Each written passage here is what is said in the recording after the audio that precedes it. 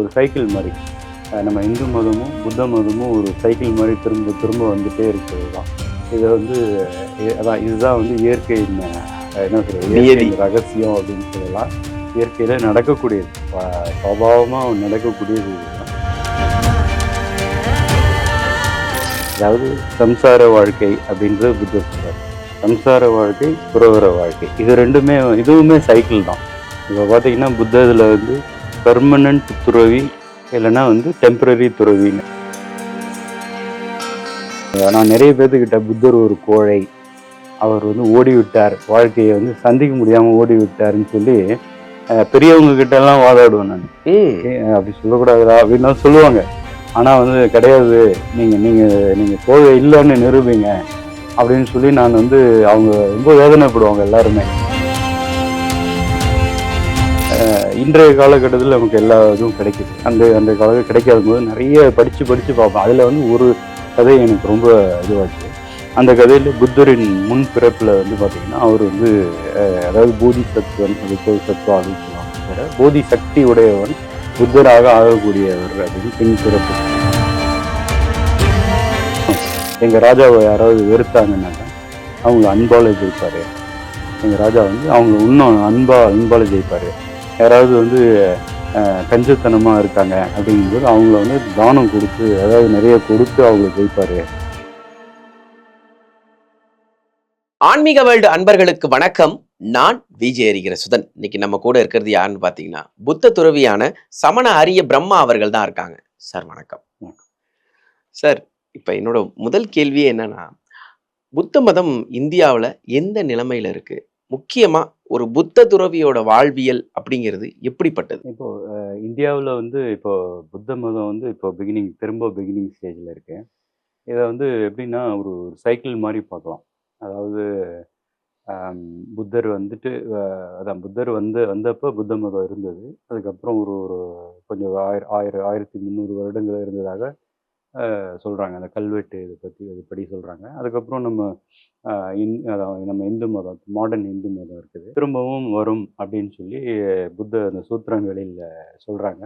அதற்கான தடயங்கள் வந்து இப்போ வந்து புத்தருடைய ரூபம்னா என்ன, புத்த ஸ்டாச்சு, புத்தருடைய ஃபோட்டோஸு, அப்புறம் புத்த சின்னம். இப்போ பார்த்தீங்கன்னா நம்ம ஃப்ளாக் இருக்குது. இந்திய ஃப்ளாக்லேயே பார்த்தீங்கன்னா தர்ம சக்கரம் நடுவில் இருக்குது.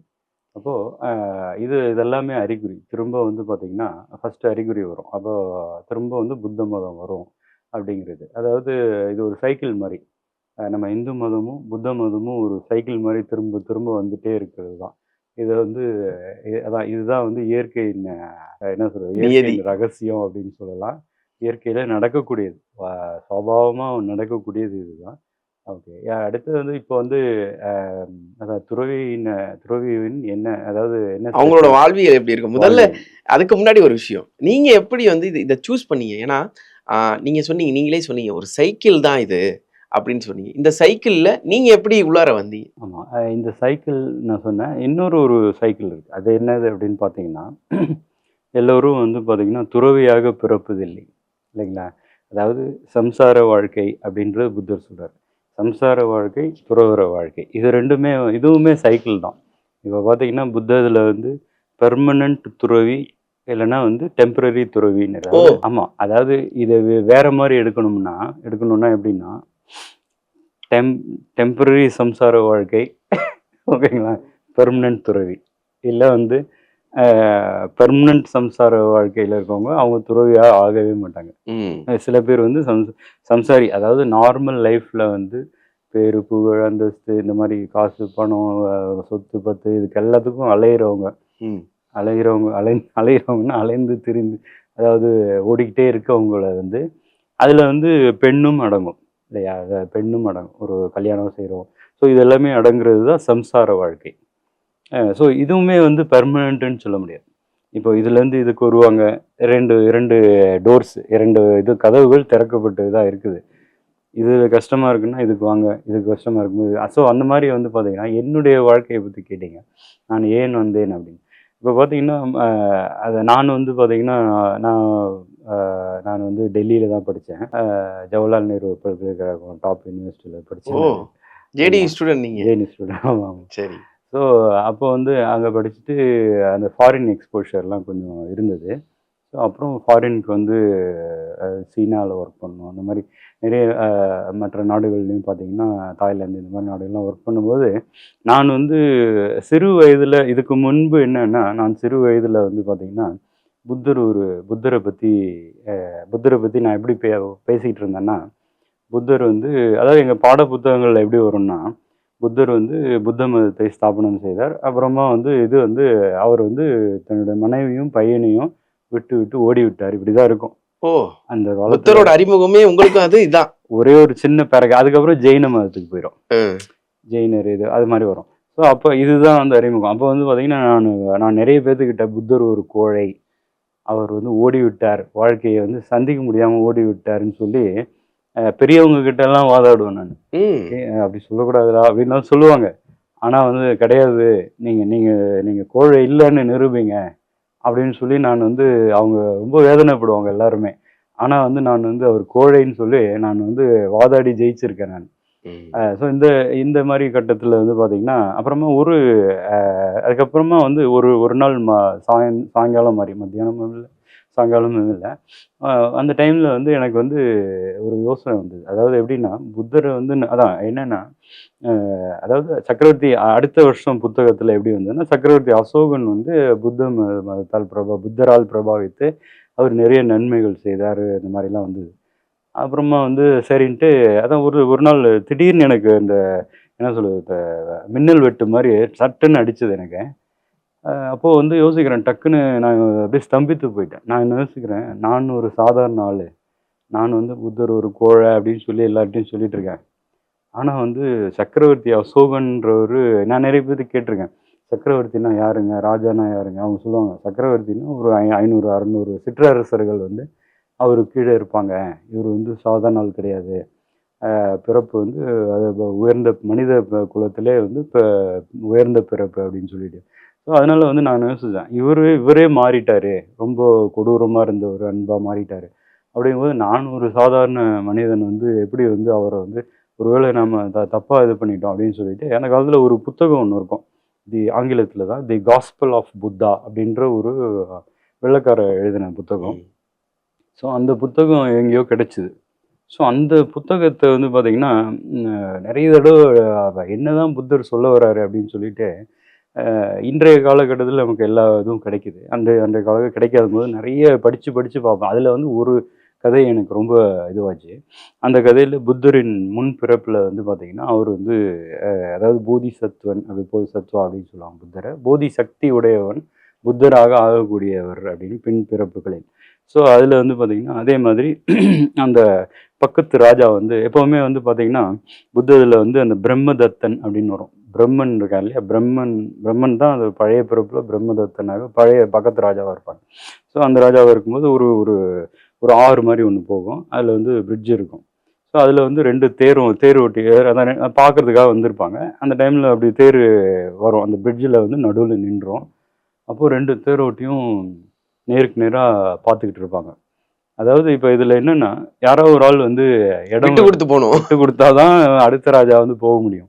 அப்போ அவங்க வந்து யோசிக்கிறாங்க இவங்க வந்து அதாவது கொஞ்சம் மூடின மாதிரி இது வெளியே பார்க்க முடியாது ராஜா இருக்கிறனால, ஏன்னா சேஃப்டி கோசம். ஸோ அப்போ வந்து ராஜாவே இவங்க யோசிச்சுட்டு இருப்பாங்க என்னதான் சொல்கிறாங்க. இவங்க 2 பேரும் சொல்லுவாங்க, நீ வழி விட்டா எங்கள் ராஜாவுக்கு அவமானம். அதாவது எப்படின்னா அந்த அந்த மாதிரி. ஸோ அதனால நம்ம வந்து ஒரு அக்ரிமெண்ட் பண்ணிக்கலாம். நீ உங்கள் ராஜாவை பற்றி பேசு, உயர்வாக என்ன இருக்கோ பேசு, நான் என் ராஜாவை பற்றி பேசுகிறேன், யார் உயர்ந்தவங்களோ அவங்களுக்கு வழி விடலாம் அப்படின்னு சொல்லிட்டு.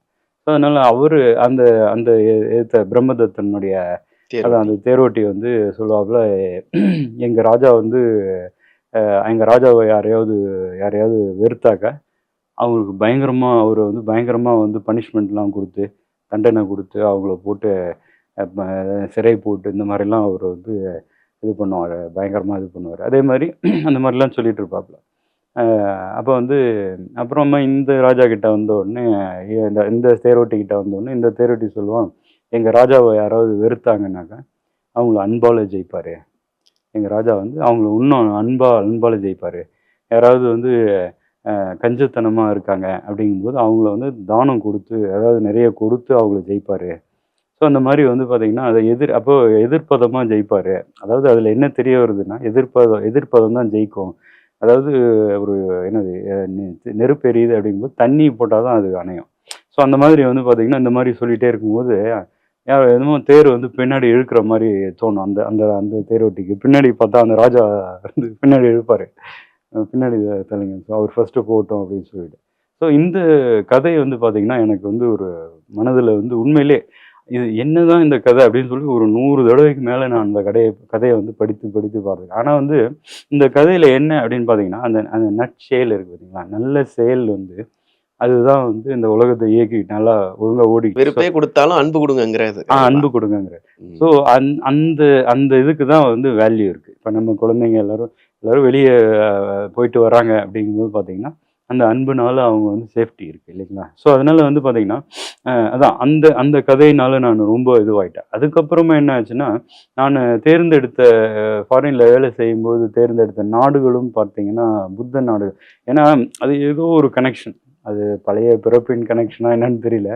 சில பேர் சொல்லியிருக்காங்க, "நீங்க பழைய பிறப்புல கூட துறவியாக இருந்திருப்பீங்க. அதோட தொடர்ச்சி தான். தொடர்ச்சியா தான் இருக்கும்" அப்படின்னு ம். சொன்னாங்க. ஸோ அப்போ வந்து பார்த்தீங்கன்னா, புத்த நாடுகள்ல சீனாலலாம் இருந்திருக்கேன். ஸோ அது மாரி அப்போ அங்க வந்து பார்த்தீங்கன்னா, நான் ஒர்க் பண்ணும்போது பார்த்தீங்கன்னா, ஒரே டைம் இருக்காது. ஏன்னா நம்ம அதாவது சீனால இந்த ஷாங்ஹை நகரத்தில வந்து பார்த்தீங்கன்னா, நம்ம ஒர்க் ஸ்டே பண்ற இடம் ஒரு இடம். அதுக்கப்புறம் பிசினஸ் டிஸ்ட்ரிக்ட்ன்னு தனியா இருக்கும். நடுவுல வந்து அந்த சிகப்பு ஆறு ஓடும். ஸோ அது ஆறு ஓடும். ஸோ அதில வந்து அந்த அந்த மெட்ரோங்கிறது பார்த்தீங்கன்னா, அது ஆறுக்கு கீழ போயிட்டு அந்த பக்கம் திரும்ப அங்க வரும்.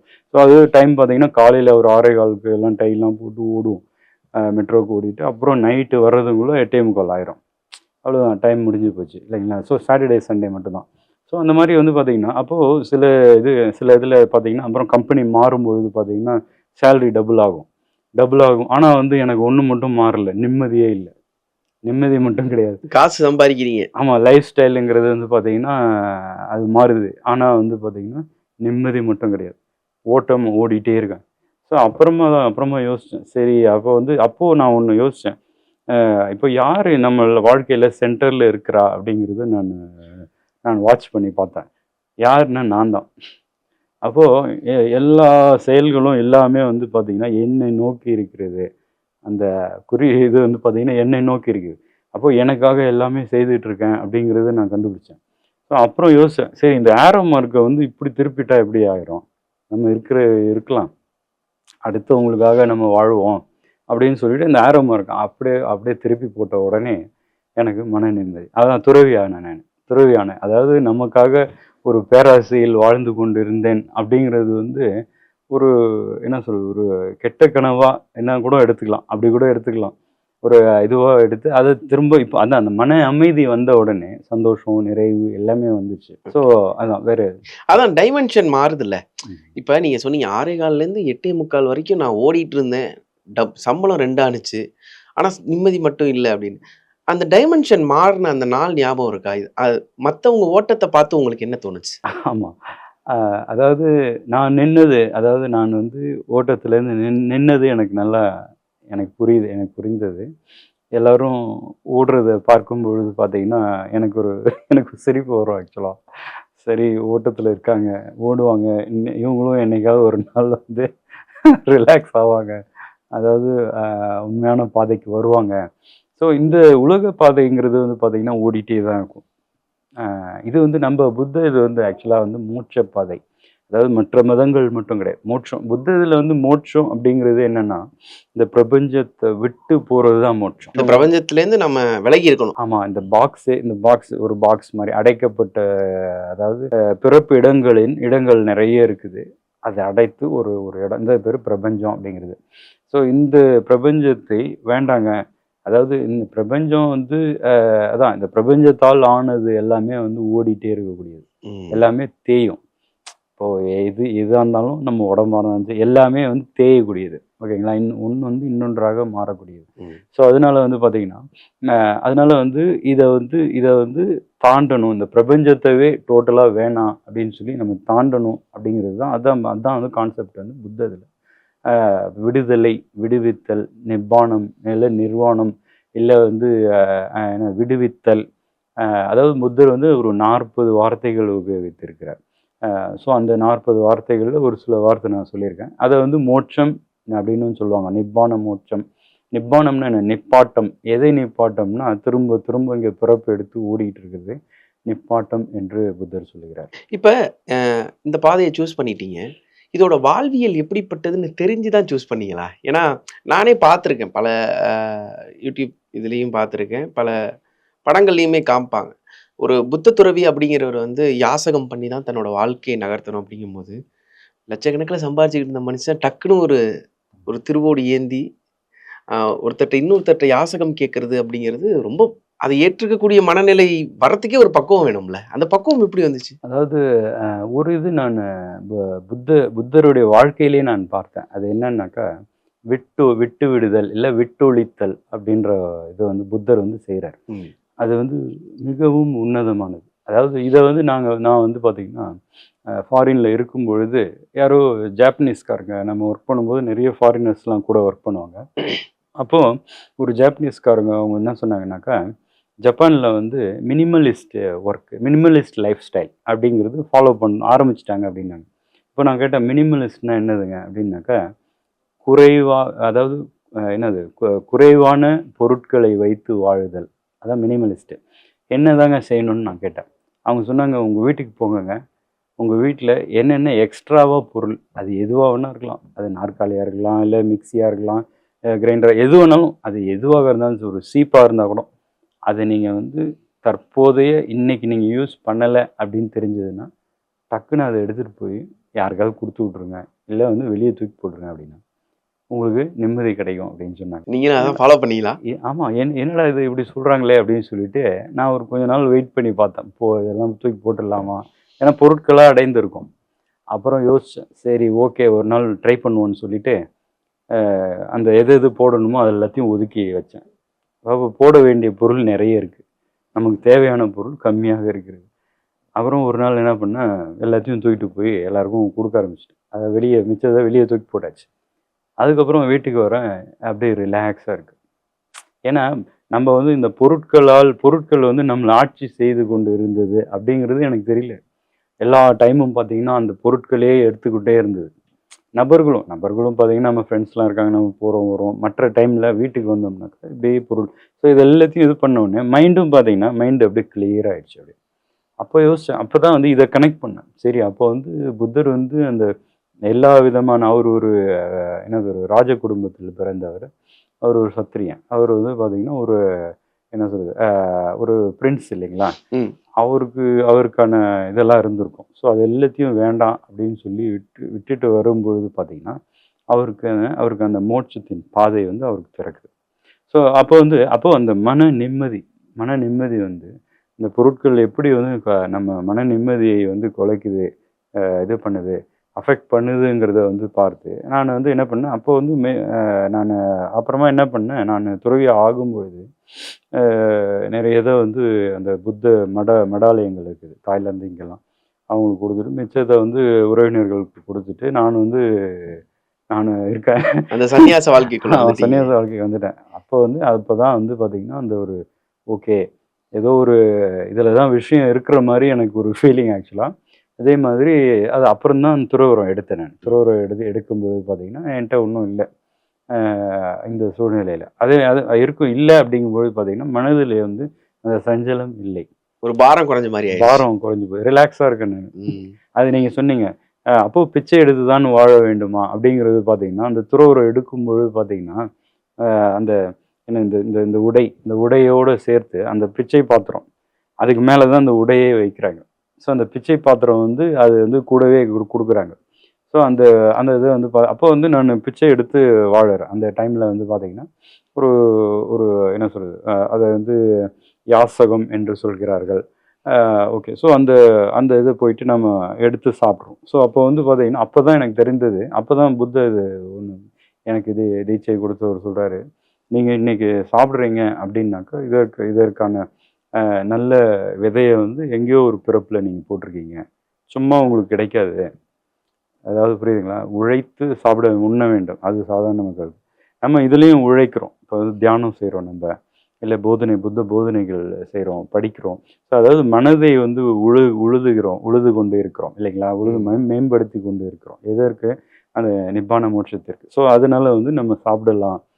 இந்த மாதிரியும் வாழ்க்கை இருக்கிறது அப்படிங்கிறது வந்து அன்றைக்கு நான் கற்றுக்கொண்டேன்.